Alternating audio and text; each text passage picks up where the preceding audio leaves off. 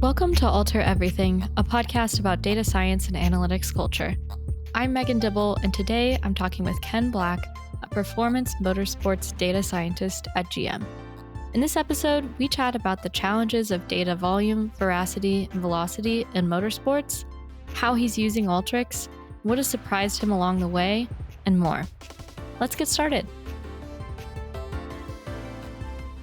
Ken, it's great to have you on our podcast today. Could you give a little introduction to yourself for our listeners?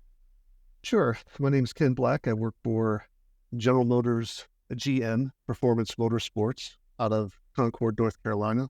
I've been a GM employee for 9 years. The first 8 years I worked in advanced analytics, doing analytics across the enterprise. But last year I got the opportunity to join the motorsports division, which is a fairly new division. Although GM's been in motorsports for many years, there's an increased focus on GM supporting various forms of motorsports. So they built a big new facility, and for the past year, I've been working remotely to that facility with periodic trips to meet the teams that I work with.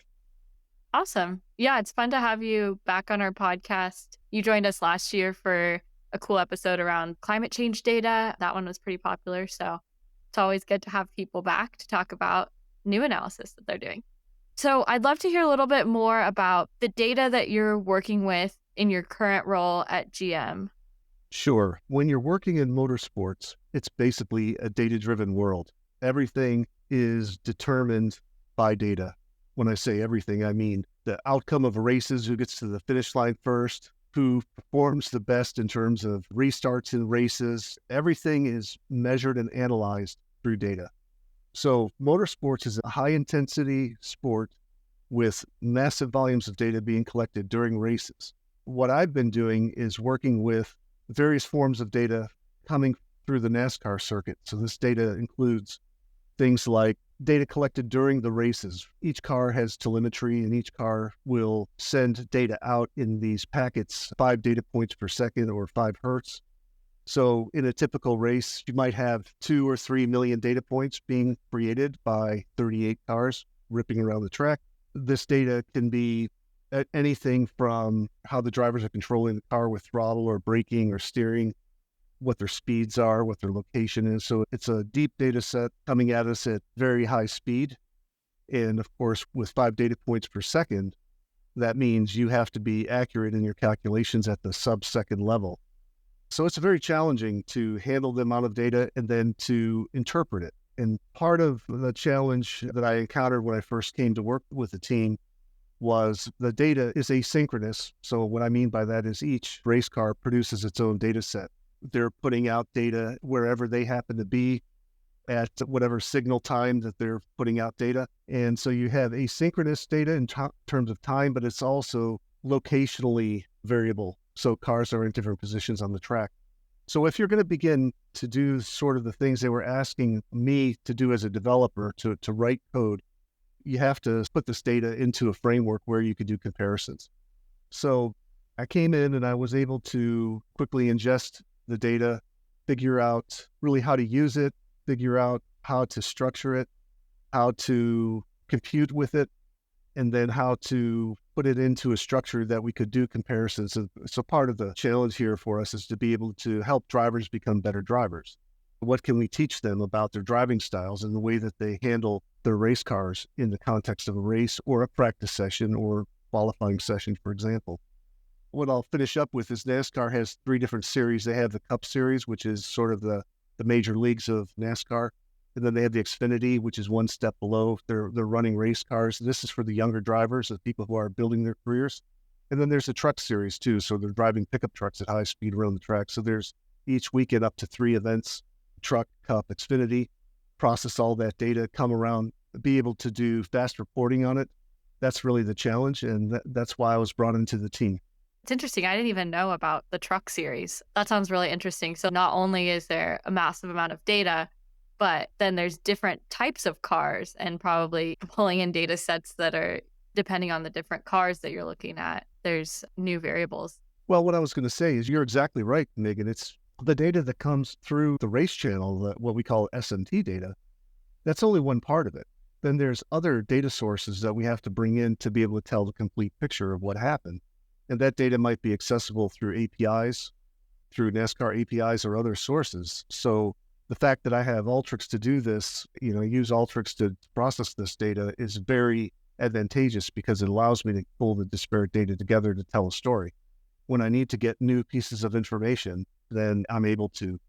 So that's been one advantage. I'm curious to know, like, if throughout analyzing this kind of data, what has surprised you? Or have you had any findings that like you weren't expecting with this large amount of racing data? Yeah. Okay. So here's a good story, I guess. This is going to date me a little bit, but when I was a kid growing up in Chicago in, say, the 1970s, I used to watch NASCAR race because on a Saturday morning back then, there were only a few channels and there was a NASCAR race on, and I found out that I liked it and I watched it for a few years. And I got to know the drivers. I got to know the car numbers. I learned about the sport back then. And back then I looked at it as though it was like the demolition derby. It was who's going to get into a fist fight this time? Who's going to be blowing their engine? Who's going to drop their transmission? Who's going to burn their brakes out? These are the kinds of things that were happening back then. And it was fun because it was just pure chaos. So fast forward all these years, and I end up working for GM Performance Motorsports, where we have the Chevrolet team. We have a number of cars in the races. And now I look at it and it doesn't look like demolition derby anymore, although there's crashes. The number of dropped engines and blown transmissions and all these things, they pretty much don't happen very much anymore. They still happen, but I actually did the analytics on it. I went back in the historical data and took a look at how the engineering has improved for the cars. And so I learned a great story there from when I was a kid thinking demolition derby to I'll watch it now. And here's the biggest surprise. Okay, here's the answer to your question.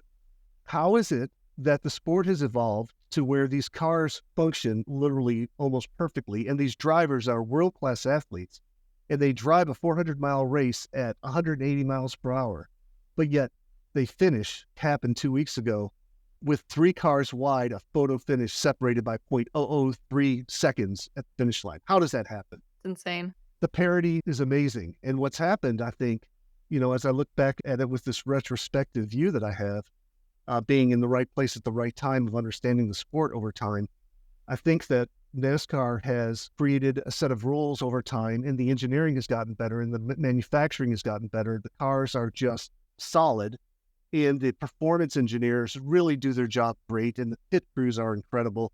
All the people that are focused on this sport are top notch. Everybody's on an equal playing ground. NASCAR gives rules that make everybody on the same playing ground. And what happens is it's execution. It comes down to which pit crews are best, which driver is just totally locked in, who doesn't make mistakes. And that's why these races come down to photo finishes and very narrow gaps at the end. There's no big blowout, somebody winning by 15 laps anymore. It doesn't happen. The sport has evolved to be one of excitement, and that's what surprised me more than anything. I couldn't believe it when I started looking at the data and saying, whoa, this is not the sport I remember. That's super interesting. And I think it also makes sense that you are doing these kinds of analysis, that like any data analysis you can do to help the drivers perform better can give that little extra edge, when it's coming into such close finishes. If there's any sort of analysis that can be done that can help out a driver, then now is the time that's going to really matter the most. That's exactly right. And what's interesting coming into this role for me is that I'm a data prep and blending and a computational specialist as well as visualization specialist. So I'm bringing in both back-end and front-end capabilities to analyze races from beginning to end, including the development of innovative graphics. But motorsports, it's an entrenched community where the race engineers, the team captains, all these people who ingest the information, they want the data a certain way.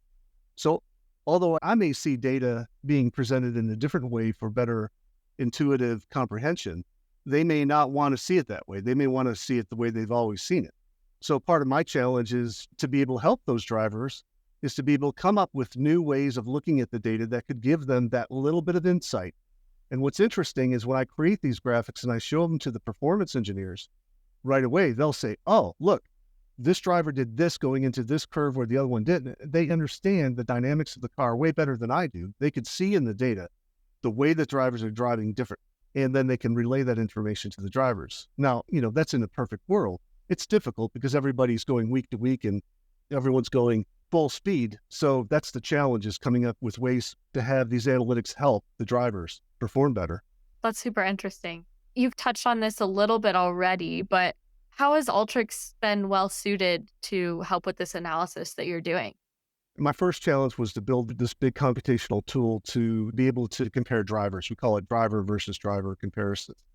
And all the intellectual knowledge behind that came out of my brain and then was formed a basis for a full analysis of a race.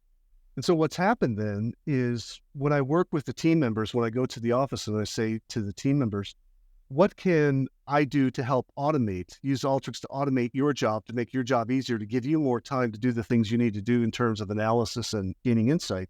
They tell me, this is what takes so much time. This is what I do week after week. I'm grinding it out. So what's happened was that this platform that I built was able to be extended to do some other things that are critical evaluations of a race in 2 or 3 different ways. And of course, I can't go into details, but basically there's these offshoot codes that I've been able to develop in the off season that are now being used in the second racing season that I've been in the team to alleviate workload for others. Let's put it that way.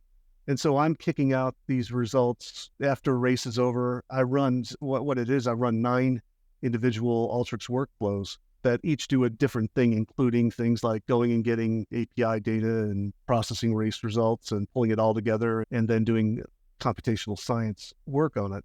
So this kind of infrastructure that I built is growing in its capability, which was beyond the original scope of what we had planned.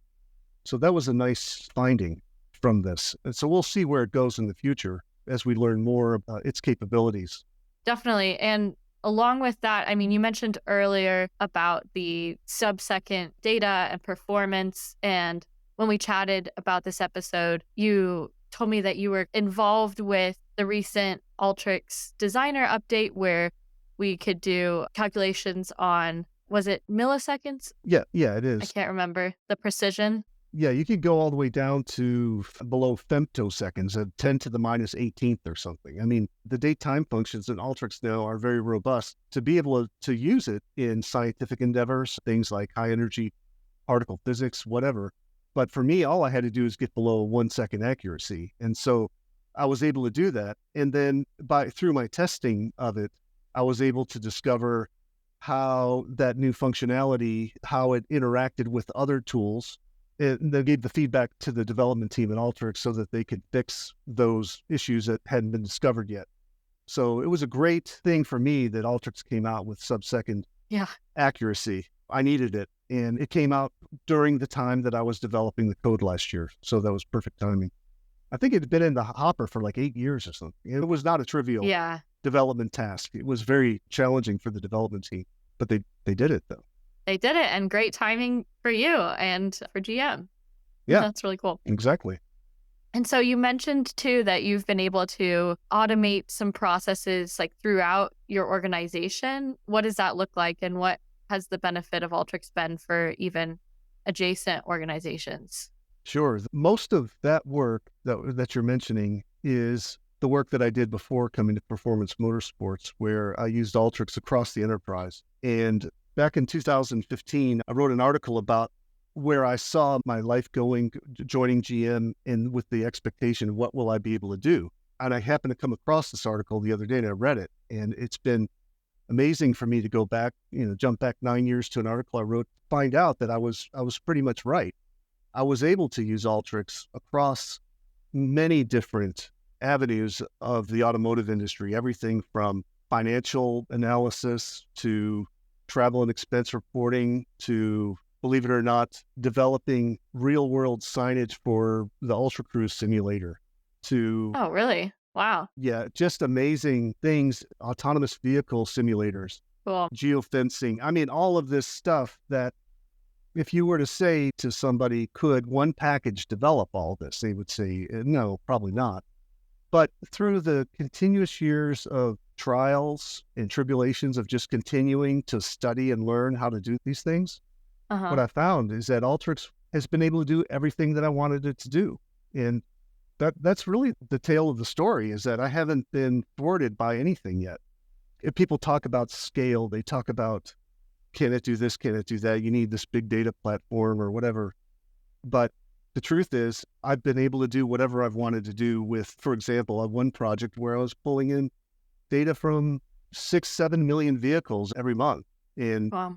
hundreds of millions of trips, billions of trips, and analyzing them.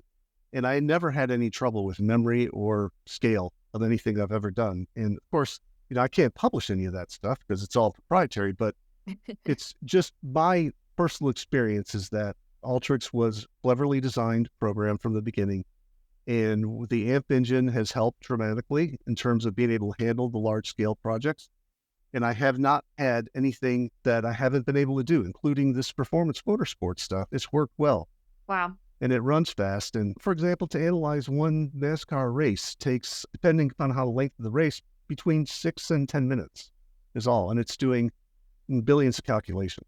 So, I mean, it's fast. That's super impressive. It sounds like you have just gotten to the point where you can bend Alteryx to your will for any project, for anything. I'm curious about that. You mentioned signage. What did that look like? How did Alteryx generate signage? This was the project that I wrote an article. It said how Alteryx took me to the edge of insanity, but Tableau saved me. Okay, this is a project where you take a database of all the signs on road networks for whole states like Massachusetts, California, whatever. And so you've got this database that tells you the type of sign it is, where it's located, and then you have to do all the geospatial work on it to figure out how far from a junction are you, what angle are you with respect to the road, all of these geometric calculations, incredible amounts of detail. And what we're trying to do is simulate real world conditions in a simulator when you're trying to do what's called localization studies. Okay. Processing all of the signage from 3 states is what I did. Massive undertaking, all the road networks down to every little tiny primary, secondary roads, all of it, interstates, everything, trying to determine what roads are on top of each other. I mean, just incredible complexity. And I was able to do it. It started off as just like, we're going to do that. We're going to try this. And then we found out that each week we just kept going and we just kept making more and more advances. And I had some help with a great buddy of mine at Mapbox. And that was just tremendous work. And that's probably the pinnacle of difficulty that I've tried with Alteryx, let's say. It was very, very challenging. That sounds extremely complex, but I love that Alteryx opens up that question of, well, let's just try this. Let's experiment. You can experiment and iterate quickly and then build upon that and start to solve some really complex problems. So I think that's really cool.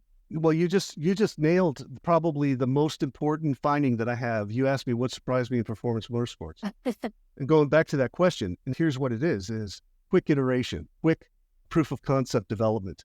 We have an idea. Are the competitors using a different strategy? Well, go grab the data from the races and find out.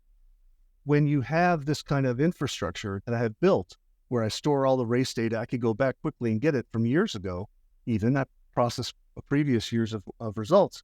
Then I could begin to see the strategic differences of teams that are using we're doing this strategy now versus what we used to do. And it's that pivoting, that quick iteration that makes Alteryx beneficial in this environment. Totally. Yeah. So then moving back to your main project right now, I'm curious what success looks like for you guys and how you're helping NASCAR drivers improve. Well, everybody likes to win. And right now in Chevy, well, in performance motorsports, everybody's on cloud 9 because Chevy has won 8 of the first 9 races. They won all the 3 Cup races. They won all 3 truck races, and they won 2 of 3 Xfinity races.